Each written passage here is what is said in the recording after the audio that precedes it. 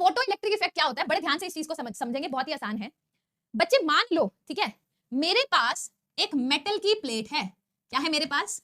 एक मेटल की प्लेट ले ली मैंने, ठीक है। मेटल क्या होते हैं? मेटल वो होते हैं, है ना, जिनके पास टेंडेंसी होती है कि भैया ये अपने इलेक्ट्रॉन को लूज कर सकते हैं। अब लॉजिक समझना, अब तुम्हें फोटोन, क्वांटम सब चीजें पता है तो ध्यान से लॉजिक को समझना। देखो, मेटल की प्लेट में मेटल ने अपने अंदर बड़े सारे इलेक्ट्रॉन्स हैं, like there are so many electrons, बड़े सारे हैं। मैं इतने सारे इलेक्ट्रॉन्स को रिप्रेजेंट नहीं करना चाहती, अदरवाइज तुम कंफ्यूज हो जाओगे। मैंने किसी एक ही इलेक्ट्रॉन को पकड़ के देख लिया, मैंने कहा यार तुम्हारा फोकस केवल एक इलेक्ट्रॉन पे होना चाहिए। ध्यान से देखो, मैं चाहती हूं कि मेटल अपने इस इलेक्ट्रॉन को निकाल दे, तो मेटल कहेगा मैं क्यों निकालूं? भैया ठीक है, मतलब मेरे अंदर से मेरा इलेक्ट्रॉन निकलवाओगे तो कुछ तो मेहनत करनी पड़ेगी ना, मैं क्यों निकालूं इलेक्ट्रॉन? तो इलेक्ट्रॉन खुद से तो नहीं निकलेगा, एनर्जी तो देनी पड़ती है। मैंने क्या किया, मैंने इस मेटल की प्लेट पे कुछ एनर्जी डाली। एनर्जी का मतलब मैंने कुछ वेव डाली, मैंने कुछ फोटॉन्स डाले, जिन सब की वेवलेंथ मान लो कितनी है, h। इन सब की वेवलेंथ कितनी है, h। मैंने इस मेटल की प्लेट पे कितनी एनर्जी डाली? क्या आप लिख सकते हो E is equal to h into nu, या फिर इसको मैं एच सी बाय लैम्डा भी लिख सकती हूँ। सही बात है, एच सी बाय लैम्डा, इतनी एनर्जी मैंने मेटल की प्लेट पे डाली। अब जस्ट इमेजिन एक सिचुएशन लो, ये जो मेटल की प्लेट है वो मेटल की प्लेट ना होकर के तुम्हारा बेड है, ठीक है, और ये जो इलेक्ट्रॉन है वो इलेक्ट्रॉन ना होकर के तुम हो, ठीक है।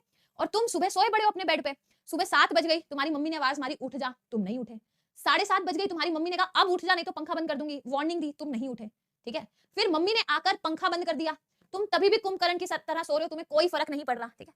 फिर पापा ने आवाज मारी उठ जा, तुम नहीं उठे, और फिर मम्मी पापा ने रूम में क्या करी, एंट्री, चप्पल उतारी पापा ने या मम्मी ने, ठीक है, जोर से चप्पल देके तुम्हें मारी, जोर से चप्पल देके तुम्हें मारी। तो भैया एक बात बताओ, क्या होता है, क्या होता है ना, तुम अपने बेड से उठते भी हो and at the same time इतनी तेज स्पीड से अपनी स्टडी टेबल पर जाते हो, कोई भी मैथ्स केमिस्ट्री फिजिक्स की बुक लेते हो, चाहे उल्टी पकड़ी हो चाहे सीधी, और पढ़ने बैठ जाते हो। सही बात है ना, सही बात है, मानते हो? अब मेरी बात सुनो, और कई बच्चों के घर में क्या होता है ना, मम्मी आवाजें मार रही है तो वो नहीं उठते हैं, बट जैसे ही पापा ने आवाज मारी वो उठकर बैठ जाते हैं, पढ़ने नहीं जाते हैं। बट जैसे ही पापा ने चप्पल मारी तो वो उठ के बैठते भी हैं और एट द सेम टाइम पढ़ने भी जाते हैं। पूरी सिचुएशन कोरिलेट हो गई।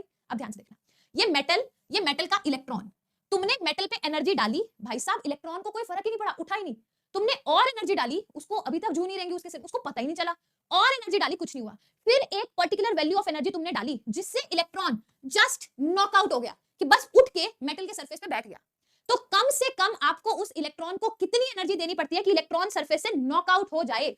उस मिनिमम एनर्जी को बोलते हैं W नॉट, उस मिनिमम एनर्जी को बोलते हैं थ्रेशहोल्ड एनर्जी, थ्रेशहोल्ड एनर्जी। इसको हम एक दूसरा नाम देते हैं वर्क फंक्शन, कि कम से कम इतनी एनर्जी तो देनी पड़ती है तब जाके इलेक्ट्रॉन अपने सरफेस से निकलता है। और ये जो वर्क फंक्शन है, ये जो एनर्जी है, इसकी वैल्यू होती है h इंटू न्यू नॉट, यानी कि h into c by lambda naught. आगे देखिए, आपने h न्यू एनर्जी दी और उसको रिक्वायर्ड कितनी थी नॉकआउट होने के लिए, h न्यू नॉट। पापा ने आवाज मारी उठ जा, उतनी ही तुम्हें रिक्वायर्ड थी, उठ जा, उतनी एनर्जी थी h न्यू नॉट, तो तुम उठ जाते। मगर पापा ने क्या किया, चप्पल उठा के मारी, यानी कि उन्होंने एनर्जी दी h न्यू, तो h न्यू एनर्जी मेटल पे पड़ी, जिसमें से इलेक्ट्रॉन को नॉकआउट होने के लिए कितनी एनर्जी चाहिए थी, h न्यू नॉट। तो जो बची हुई एनर्जी थी will be converted into the kinetic energy of electron. ये जो इलेक्ट्रॉन मेटल के सरफेस से निकला, अब ये बड़ी तेजी स्पीड से मूव करेगा with its maximum kinetic energy, वो कहलाएगी उस इलेक्ट्रॉन की मैक्सिमम काइनेटिक एनर्जी। क्योंकि ये इलेक्ट्रॉन एक फोटोन की वजह से निकला, इसीलिए इस निकले हुए इलेक्ट्रॉन को बोलते हैं फोटो इलेक्ट्रॉन, और इस पूरे प्रोसेस को बोलते हैं फोटो इलेक्ट्रिक इफेक्ट। क्या ये बात सब